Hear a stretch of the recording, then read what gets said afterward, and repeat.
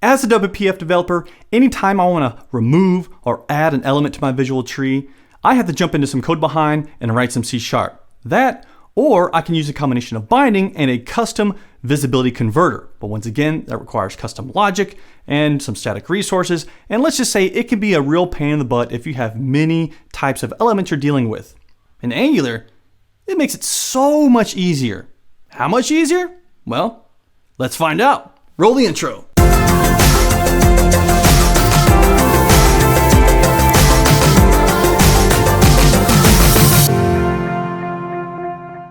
Adding or removing elements to your view in an Angular application can be achieved with what's called a structural directive. Now, there are 3 structural directives we're going to talk about in this video. The first one is the ngIf directive. This directive is the same thing as an if-else C# code block. The next directive we're going to talk about is the ngSwitch directive. This directive is the same thing as a C# switch case statement. And lastly, we're going to be talking about the ngFor directive. The ngFor directive is the exact same thing as a for loop inside of C#. Since these directives are so similar to the concepts in C# that you already know, picking them up should be a breeze. So let's go ahead and get started. The first directive I want to talk about is the ngIf directive. Now this directive allows us to show or hide elements based on a Boolean condition. So let's start by adding a div tag, and within that, I'm going to create an h2 element that contains my first name. I'm going to save this, and we'll see that the browser on the right will now update to reflect my first name being rendered. Perfect. Let's say that we have some type of Boolean expression that I want to base the condition of the visibility of this h2 tag on the result of that property. So for example, I'm going to add a property called isFirstName, and I'm going to set it to false. I can come up to my div, and by using the ngIf directive, which the syntax for that is asterisk ngIf equals, and within the parentheses here, we're going to provide the Boolean expression we wish to evaluate. In this case, it's isFirstName. I'm going to save that file, and because isFirstName is false, we will see that my first name is no longer rendered on the browser. However, if I were to update this to be true, save that value, the condition now resolves as true, and the Brian first name is now rendered in the browser. Let's go ahead and set isFirstName back to false, and we'll notice that the first name is no longer rendered in our browser. Instead, it's empty, and that's the default behavior of the ngIf statement. If this expression is true, we render the provided template. Otherwise, it's empty. However, in this case, if my first name is false, I want to provide my last name instead. To do that, we're going to take advantage of the else clause of the ngIf directive. Let's start by creating an ng template, defining an h2 tag which contains my last name. Now, an ng template is simply a placeholder that allows us to define content that is not part of the DOM, but can be added via code, such as using this ngIf directive.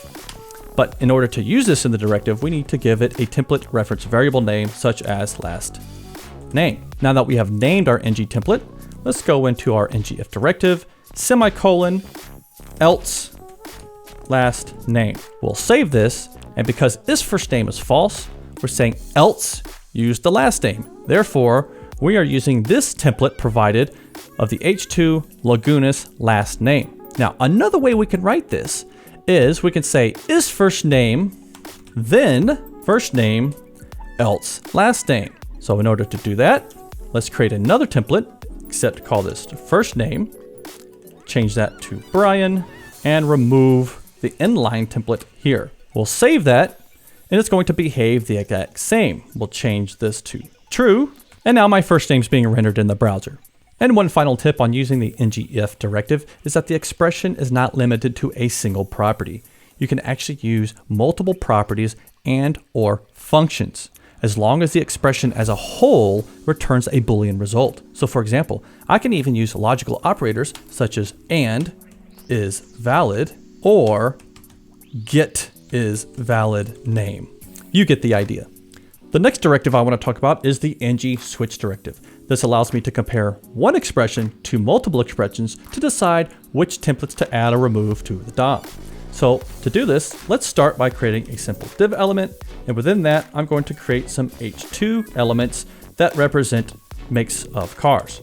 We'll do Chevy, we'll do Ford, and we'll do GMC. Now I need to define an expression in my TypeScript file, which in this case will be a simple property.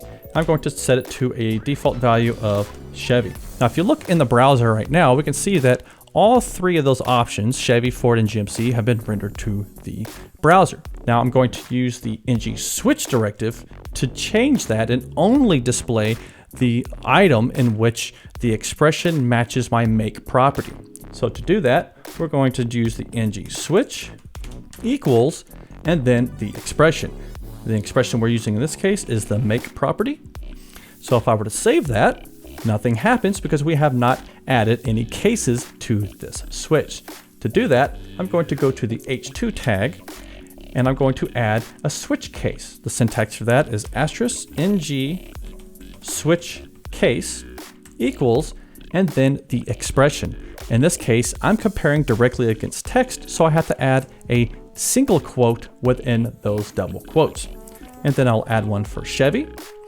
And I'm going to copy that little snippet and do a little pasting for the other options and change them accordingly to match the values. I'm going to save that.